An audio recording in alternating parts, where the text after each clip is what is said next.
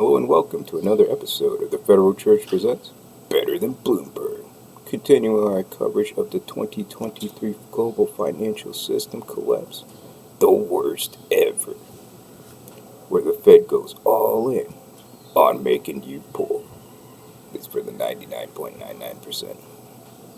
Today we have some more coverage of the third world failure that is America and its spectacular implosion.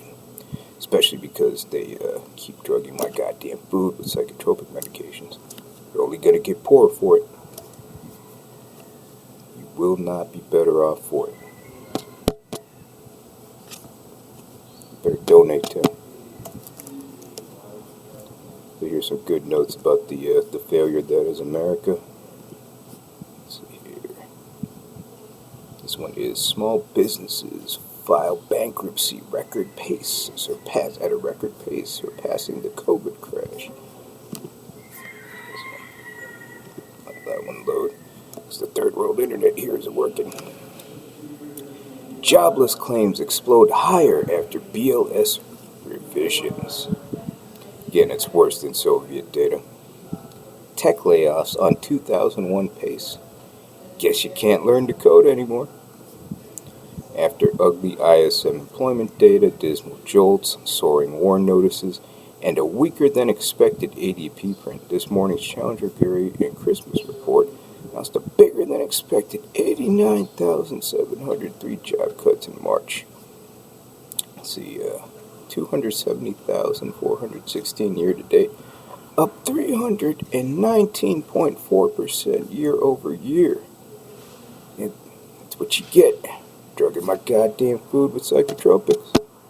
You will get bored. Better donate. The West dominated the cuts. East had 13,638 job losses. Midwest 21,764. Was 48,123. Must have been cleansed away by those biblical floods. South 6,178. With tech sector companies having announced 102,391 cuts so far this year. And you're going to have to excuse me, they medicated my food again. Because they don't like hearing about the reality of the third worldization of their shit down. Let's see here. 102,000 jobs gone, and it's only April. Ooh. On pace to surpass the highest annual total for this sector announced in 2001.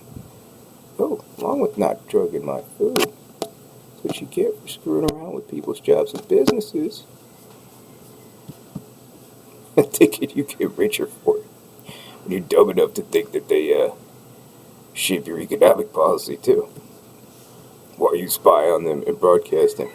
And tell yourselves they shouldn't get paid for that.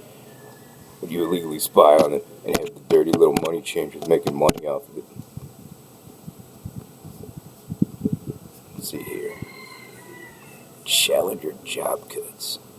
And the funny part is these numbers are always usually fudged. So that's 100,000 jobs gone in the first. Or good jobs, actually. Nobody cares about the third world, service jobs. Sweatshop workers. Third world internet isn't working. Never mind about that. We know companies are approaching 2023 with caution, though the economy is still creating jobs. Two Challenger firm senior VP said in a statement. With rate hikes continuing and companies reining in costs, no more credit, no more cheap free money going around. The large-scale layoffs we are seeing will likely to continue, not to mention the economic continued contraction. As we detailed overnight, this morning's jobless claims data comes with a giant caveat as the BLS is about to drop the revised series of data. The Bolshevik, Soviet lying data. With the BLS lies finally over, initial jobless claims soared to 228,000. This is the 9th straight week with initial claims about 200,000, post-revision, of course.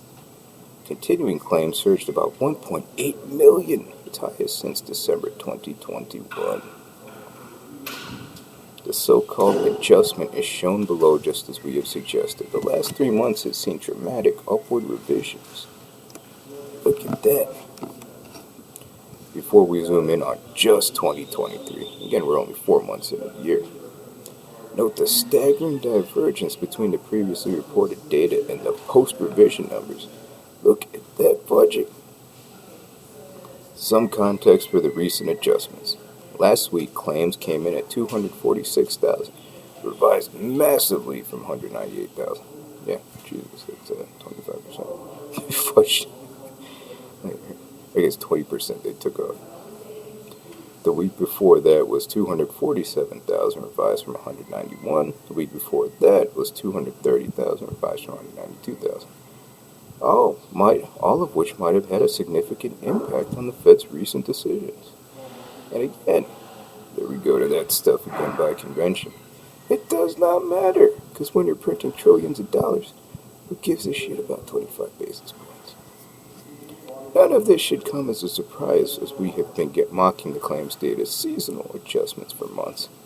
And again, there's all the stuff you can see there about how it's a bunch of BS. Again, it's about as useful as Soviet data.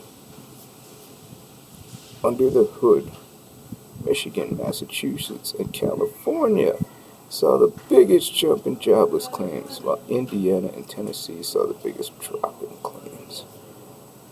Well, must have been that weather. I wonder if they have a weather adjustment.